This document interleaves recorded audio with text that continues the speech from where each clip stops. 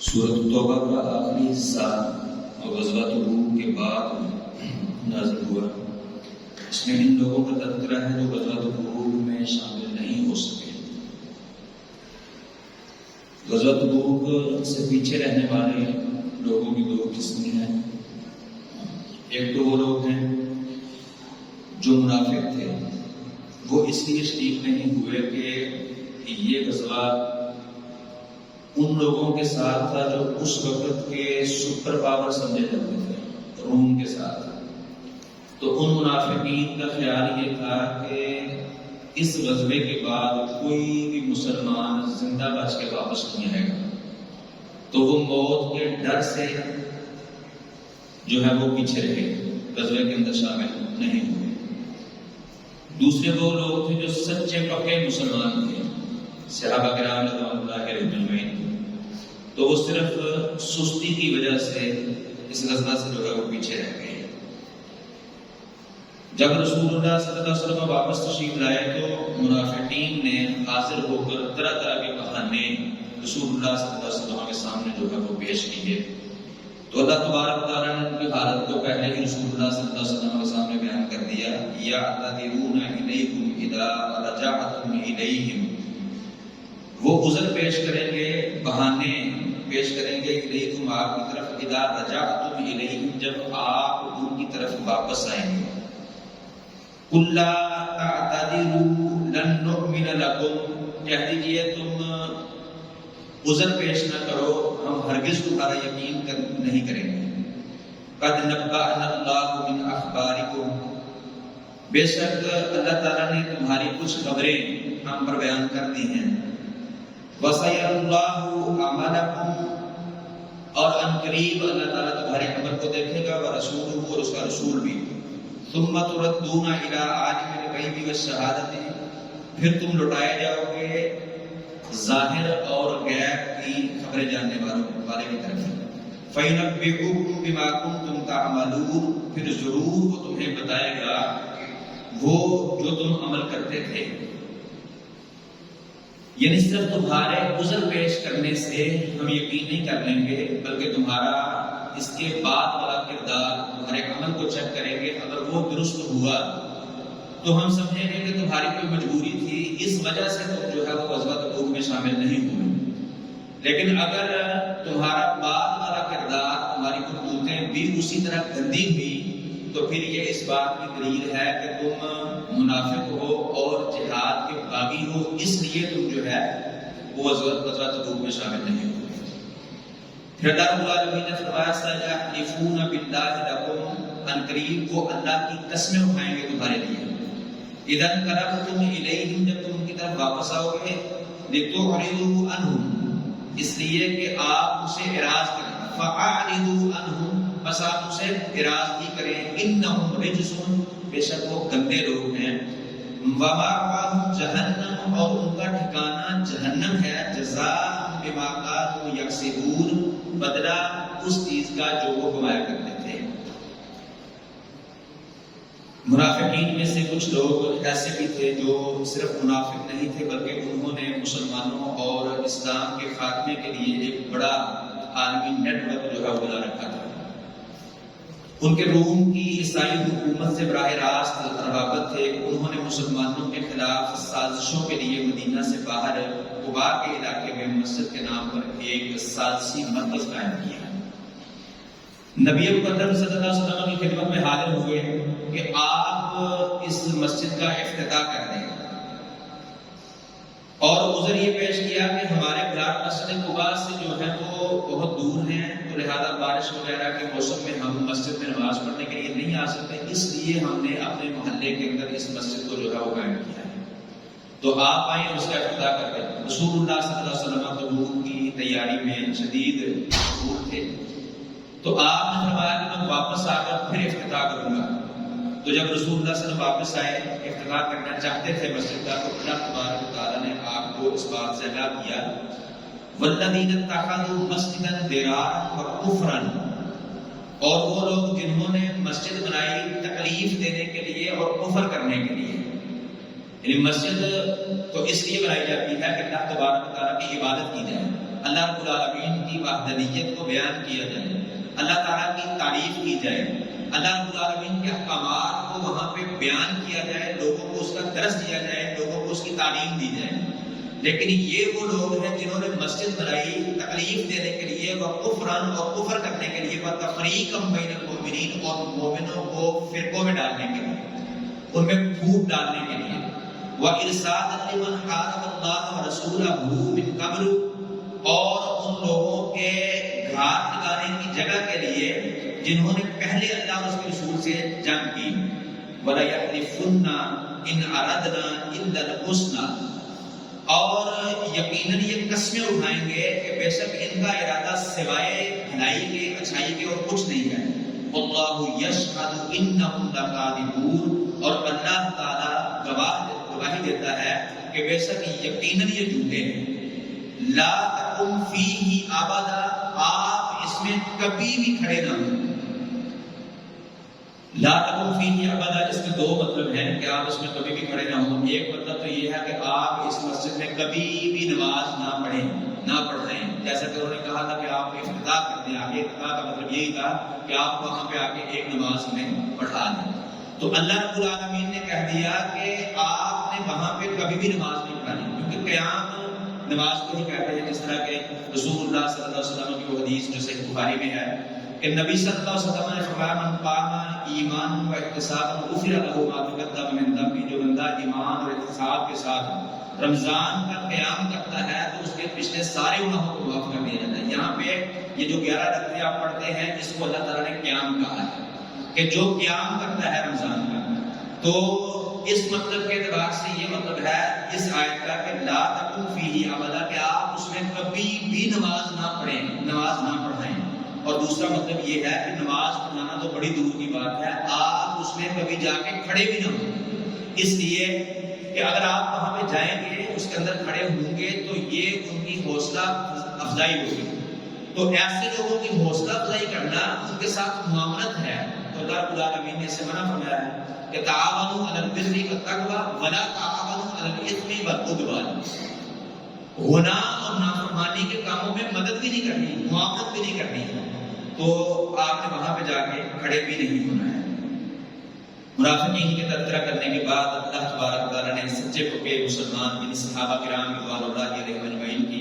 تعریف جو ہے وہ کی، والسابقون الاولون من المہاجرین والانصار والذین اتبعوهم بإحسان رضی اللہ عنہم ورضوا عنہ وأعد لهم جنات تجری تحتها الأنہار خالدین فیہا ابدا ذلک الفوز العظیم۔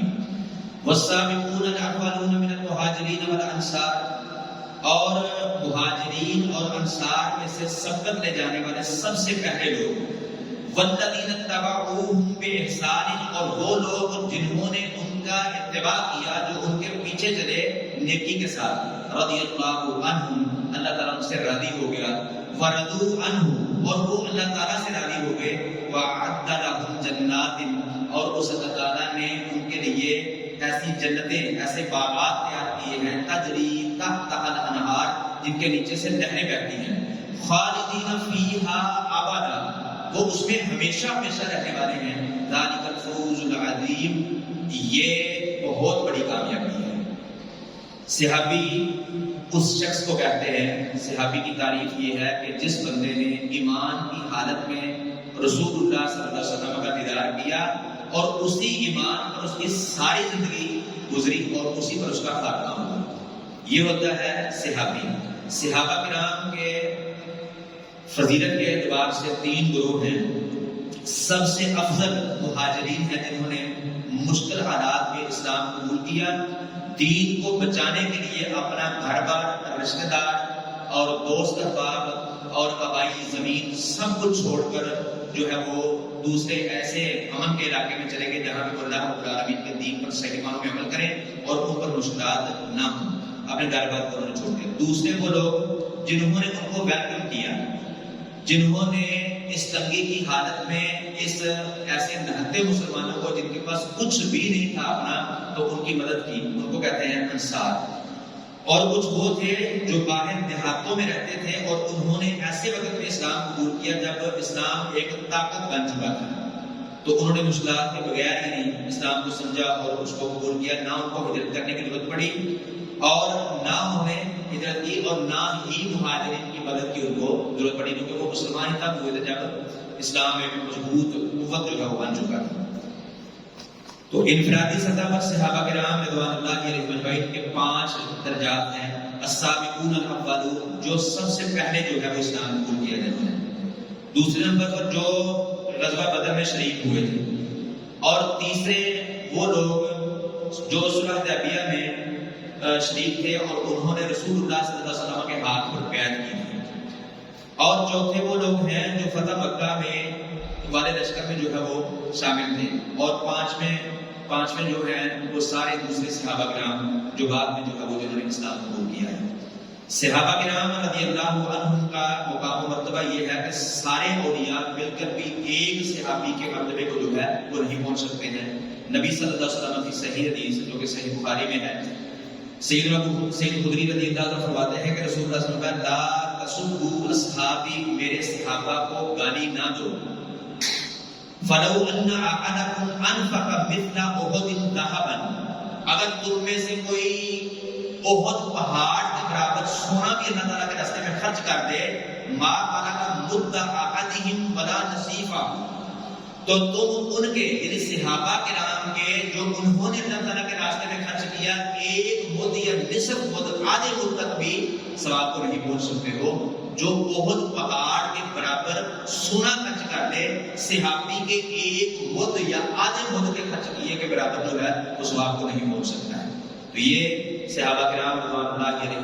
علیہ اجمعین کی فضیلت ہے، شان ہے، عظمت ہے، رفعت و بلندی ہے جو اللہ تبارک و تعالیٰ نے ان کو عطا کی ہے۔ تو اس سے معلوم ہوتا ہے کہ صحابہ کرام میں سے کسی کو بھی گالی دینا، طعن و تشنیع کرنا، ان کے ایمان کی نفی کرنا، یہ مسلمانوں کا فعل نہیں ہے۔ یہ ان لوگوں کا جو اپنے آپ کو محمد رسول اللہ صلی اللہ علیہ وسلم کے امتی کہتے ہیں ان کا فعل نہیں ہے۔ یہ اس وقت بھی جو بے ایمان لوگ تھے ان کا تھا، اور آج کل بھی انہی کا کام ہے جو بے ایمان لوگ ہیں۔ اس کے بعد اللہ رب العالمین نے غزوہ تبوک سے پیچھے رہ جانے والے صحابہ کرام رضوان اللہ علیہ اجمعین کی سزا کا تذکرہ کیا۔ غزوہ تبوک میں تمام لوگوں کو شامل ہونے کا حکم دیا گیا تھا، اور یہ اسلام کا اصول ہے کہ جب مسلمانوں کا امیر جن لوگوں کو جنگ پر جانے کا حکم دے تو وہ ان پر جنگ کے لیے نکلنا جو ہے وہ فرض عین ہو جاتا ہے۔ تو اس وقت رسول اللہ صلی اللہ علیہ وسلم نے سب کو نکلنے کا حکم دیا تھا، اس لیے کہ مقابلہ سپر پاور کے ساتھ تھا، بہت بڑے ملک کے ساتھ تھا، روم کے ساتھ تھا، تو اس لیے نبی صلی اللہ علیہ وسلم نے سب کو نکلنے کا حکم دیا۔ اب ایک تو وہ قسم تھے جو موت سے ڈر کی وجہ سے نہیں گئے، وہ تو منافق تھے، ان کا تذکرہ رب العالمین نے پہلے کر دیا۔ کچھ صحابہ کے نام جو صحیح مسلمان تھے، پکے سچے مسلمان تھے، لیکن سستی کی بنا پر جو ہے وہ نہیں جا سکے، شامل نہیں ہو سکے، تو ان کو اللہ رب العالمین نے دنیا ہی میں سزا دی۔ صحابہ کے نام میں سے صرف 9 لوگ تھے جو سستی کی وجہ سے غزوہ تبوک میں شامل نہ ہو سکے، تو ان میں سے 6 وہ لوگ تھے یہ سستی کی وجہ سے نہیں جا سکے، لیکن اس پر بعد میں بہت شرمندہ تھے، نادم تھے، بہت زیادہ جو ہے وہ اللہ تعالیٰ سے خوف زدہ تھے۔ تو منافقین کو اپنے عذر بہانے پیش کرنے لگے۔ ان میں سے 6 لوگ ایسے تھے جو رسول اللہ صلی اللہ علیہ وسلم کے سامنے پیش نہیں ہوئے، بلکہ خود کو مسجد کے ستونوں کے ساتھ باندھ دیا اور کہا کہ ہم اللہ تعالیٰ کے مجرم ہیں، لہذا جب اللہ تعالیٰ ہمیں معاف کرے گا، ہماری معافی کا اعلان نازل کرے گا، تب ہی ہمیں بولا جائے گا، وگرنہ ہم یوں ہی جو ہے بھوکے پیاسے مسجد کے ستونوں کے ساتھ بندھے ہوئے مر جائیں گے۔ تو رسول اللہ صلی اللہ علیہ وسلم کو پتہ چلا، تو نبی صلی اللہ علیہ وسلم نے فرمایا کہ انہوں نے جلدی کی ہے، اگر یہ میرے پاس آتے اور معافی کا جو ہے وہ سوال کرتے، میں اللہ رب العالمین سے ان کو معافی دے دیتا، لیکن اب انہوں نے اپنے آپ کو اللہ رب العالمین کا سپرد کر دیا ہے، اب اللہ جانے اور یہ جانے، اب اللہ تعالیٰ معاف کرے گا تو ان کی معافی کا اعلان ہوگا تو ان کو جو ہے وہ کھولا جائے گا۔ تو اللہ رب العالمین نے ان کو دنیا ہی میں معاف کر دیا، معافی کا اعلان کیا ان کی قرآن مجید میں۔ پھر اللہ وہ خوش ہو کر اپنے اپنے مال لے کے آئے اور رسول اللہ صلی اللہ علیہ وسلم کے سامنے پیش کیے بطور صدقہ۔ تو نبی صلی اللہ علیہ وسلم نے لینے سے انکار کر دیا، کیونکہ رسول اللہ صلی اللہ علیہ وسلم کو اس کا حکم نہیں دیا گیا۔ تو پھر اللہ تعالیٰ نے اس کا بھی حکم نازل کر دیا، خذ من اموالہم صدقۃ تطہرھم وتزکیہم بہا وصلی علیہم ان صلاتک سکن لہم واللہ سمیع علیم۔ اللہ رب العالمین نے رسول اللہ صلی اللہ علیہ وسلم کو دو حکم دیے کہ خذ من اموالہم صدقۃ، ان سے ان کے مال کو صدقہ دے دیجئے، تطہرھم وتزکیہم بہا، ان مالوں کے ذریعے، اس صدقے کے ذریعے آپ ان کو پاک اور صاف کریں گے، وصلی علیہم، اور دوسرا حکم یہ دیا کہ ان کے لیے دعا بھی کیجیے، ان صلاتک سکن لہم، اس لیے کہ آپ کی دعا، آپ کا دعا کرنا ان کے لیے باعث تسکین ہے، واللہ سمیع علیم، اور اللہ تعالیٰ سب کچھ سننے والے، سب کچھ جاننے والے ہیں۔ تین صحابہ کرام رضوان اللہ علیہم اجمعین وہ تھے جو رسول اللہ صلی اللہ علیہ وسلم کے سامنے پیش تو ہوئے، لیکن عذر بہانے انہوں نے پیش نہیں کیے، بلکہ سیدھی سیدھی اور سچی سچی بات کی کہ سوائے سستی کے ہمیں تبوک میں جانے سے کسی چیز نے نہیں روکا۔ وہ تین کعب بن مالک، مرارہ بن ربیع اور حداد بن امیہ رضی اللہ تعالیٰ عنہ تھے، جنہوں نے خود مسجد کے ستونوں سے اپنے آپ کو باندھا نہیں ان 6 لوگوں کی طرح، بلکہ رسول اللہ صلی اللہ علیہ وسلم کے سامنے آ کے سیدھی سیدھی اور سچی سچی بات کی۔ کعب بن مالک رضی اللہ عنہ اس واقعے کو بیان کرتے ہیں، صحیح بخاری میں یہ حدیث ہے، بہت لمبا واقعہ ہے، ابھی وقت نہیں ہے تو پھر کبھی کسی موقع پہ جو ہے واپس آ دیا جائے گا یا آپ پڑھ لیں۔ تو بڑا ہی زبردست واقعہ ہے، یعنی سچ بولا انہوں نے تو سچ کی برکت سے اللہ تبارک تعالیٰ نے کو معاف کیا۔ اس واقعے کے آخر میں کعب بن مالک رضی اللہ عنہ کہتے ہیں کہ اس سے میں نے سبق یہ حاصل کیا کہ اس کے بعد اب تک جب وہ حدیث بیان کر رہے ہیں لوگوں کو کہتے ہیں اس وقت سے لے کے جب اللہ تعالیٰ نے سچ بولنے کی وجہ سے ہماری معافی کا انعام نازل کیا، اس دن سے لے کے آج تک میں نے کبھی جھوٹ نہیں بولا۔ یہ سچ کی یہ برکت ہے کہ اللہ رب العالمین سچ کی وجہ سے گناہوں کو معاف کرنا، حالانکہ غزوہ سے پیچھے رہنا، اور اس غزوے سے جس میں امیر نے، اور امیر کون؟ محمد رسول اللہ صلی اللہ علیہ وسلم، انہوں نے حکم دیا تھا کہ ہر بندے کے لیے، ہر فرد کے لیے نکلنا لازم ہے، تو اتنے بڑے گناہ کو بھی اللہ رب العالمین نے معاف کر دیا صرف اور صرف سچ بولنے کی وجہ سے۔ اس کے بعد اللہ تبارک و تعالیٰ نے مومنوں کا مال اور جان خرید لیا ہے، اس کا تذکرہ کیا، ان اللہ اشتری من المؤمنین انفسهم واموالهم بان لهم الجنہ، بے شک اللہ تعالیٰ نے خرید لیا ہے مومنوں سے ان کی جانوں کو اور ان کے مالوں کو، اس بدلے میں بان لهم الجنہ، جنت کے بدلے میں، کہ اب ان کے لیے کیا ہے؟ جنت ہے۔ یقاتلون فی سبیل اللہ، وہ اللہ تعالیٰ کے راستے میں قتال کرتے ہیں، جہاد کرتے ہیں، فیقتلون، اور پس وہ قتل ہوتے ہیں، پس وہ قتل کرتے ہیں، ویقتلون، اور وہ قتل ہوتے ہیں، وعدن علیہ حقا، یہ اس کا سچا وعدہ ہے، فی التوراۃ والانجیل والقرآن، تورات، انجیل اور قرآن میں، ومن اوفی بعہدہ من اللہ، اور اللہ تعالیٰ سے زیادہ اپنے وعدے کو پورا کون کرتا ہے؟ یعنی اللہ تعالیٰ ہی اپنے وعدے کو، یہ اللہ تعالیٰ کا وعدہ ہے کہ جو جہاد کرے گا اس کا یہ جو ہے اس کے بدلہ اس کا جو ہے وہ جنت ہے۔ فاستبشروا، بس تم خوش ہو جاؤ، ببیعکم الذی، اپنی اس بیع کے ساتھ، اپنے اس سودے کے ساتھ، بایعتم بہ، جو تم نے اس کے ساتھ کیا ہے، یہ اللہ تعالیٰ کے ساتھ سودا ہے۔ جو اللہ جہاد کرتا ہے، اپنی جان کو، اپنے مال کو اللہ تعالیٰ کے راستے میں خرچ کرتا ہے، وہ اللہ تعالیٰ کے ساتھ تجارت کرتا ہے، تو یعنی یہ نفع مند تجارت ہے۔ ذالک هو الفوز العظیم، یہ بہت بڑی کامیابی ہے۔ ابو ہریرہ رضی اللہ تعالیٰ عنہ فرماتے ہیں، رسول اللہ صلی اللہ علیہ وسلم نے فرمایا، صحیح بخاری میں حدیث ہے کہ اللہ تبارک تعالیٰ نے ضمانت دی ہے کہ جو اس کے راستے میں جہاد کرے اور اسے اس کے راستے میں نکالنے والی چیز اس کی راہ میں جہاد اور اس کی باتوں کا سچا یقین کرنے کے سوا کچھ نہ ہو، یعنی وہ جہاد کے لیے نکلا ہے اور جو اللہ نے جہاد کا وعدہ کیا ہے اس کو اس کے سچا مانا ہے، اور پھر وہ اس نیت کے ساتھ اللہ تبارک تعالیٰ کے راستے میں نکلا، جہاد کیا، اسے اللہ تعالیٰ جنت میں داخل کرے گا، یا اسے اس کے گھر میں کچھ اجر اور غنیمت کے ساتھ جو ہے وہ واپس ہو جائے گا، یعنی وہ یا غازی ہو کے واپس آ جائے گا یا شہید ہو کے اللہ تبارک تعالیٰ کی جنت کا مہمان بن جائے گا۔ اس کے بعد رسول اللہ صلی اللہ علیہ وسلم نے، اللہ رب العالمین نے رسول اللہ صلی اللہ علیہ وسلم کی مومنوں کے ساتھ محبت کو، شفقت کو، رحم دلی کو جو ہے وہ بیان فرمایا۔ اللہ تعالیٰ فرماتے ہیں لقد جاءکم رسول من انفسکم عزیز علیہ ما عنتم حریص علیکم بالمؤمنین رؤوف الرحیم، بے شک یقین تمہارے پاس ایک رسول تم ہی میں سے آ گیا ہے، عزیز علیہ ما عنتم، تمہارا مشکل میں پڑنا اس کو مشقت میں ڈال دیتا ہے، یعنی وہ اپنے امتیوں کی مشقت کو اپنی مشقت سمجھتا ہے، حریص علیکم، تم پر بڑا حرص کرنے والا ہے، بالمؤمنین رؤوف الرحیم، اور مومنوں کے لیے تو خاص شفقت کرنے والا اور رحم کرنے والا ہے۔ اللہ رب العالمین نے رسول اللہ صلی اللہ علیہ وسلم کے یہ اوصاف بیان کیے کہ رسول اللہ صلی اللہ علیہ وسلم کی طبیعت آپ کو جو صاف دیے گئے ہیں وہ یہ ہے کہ آپ کی امت کو مشقت پہنچے تو آپ اس کو اپنی مشقت، اس کی بے شمار مثالیں صحیح احادیث میں ہیں۔ ابو داؤد کے حدیث ہے، رسول اللہ صلی اللہ علیہ وسلم نے فرمایا انما انا لکم بمنزلۃ الوالد اعلمکم، سوائے اس کے نہیں میں تمہارے والد کی منزل پہ ہوں، تمہارا معلم ہوں، تمہیں سکھاتا ہوں۔ یعنی جس طرح باپ اپنی اولاد کے لیے حریص ہوتا ہے، اس طرح رسول اللہ صلی اللہ علیہ وسلم معلم ہیں، یعنی روحانی باپ ہیں۔ اسی طرح آپ اپنی امت کے لیے شفقت کرنے والے، حرص کرنے والے ہیں، شفیق ہیں، مہربان ہیں۔ لیکن باپ کا حرص کیا ہوتا ہے، باپ کی شفقت کیا ہوتی ہے؟ باپ کا حرص یہ ہوتا ہے کہ میرے بھائی کے بیٹے کے پاس، میرے ساتھ کام کرنے والے کے بیٹے کے پاس، اور میرے فلاں رشتہ دار کے بیٹے کے پاس کتنے پلاٹ ہیں، کتنا بینک بیلنس ہے، کتنے بڑے اس کے مکان ہیں، کون سی اس کے پاس گاڑی ہے، کون سی اس کے پاس نوکری ہے، کون سی اس کے پاس ڈگری ہے۔ کئی آخرت کی فکر کرنے والے بھی ہوتے ہیں لیکن بہت کم ہوتے ہیں۔ زیادہ والد جو ہوتے ہیں وہ اپنی اولاد کے لیے حرص دنیا کے مال و متاع کا، جاہ و جلال کا، عزت کا یہی کرتے ہیں۔ رسول اللہ صلی اللہ علیہ وسلم کا حرص وہ کیا تھا؟ آپ باپ تو تھے،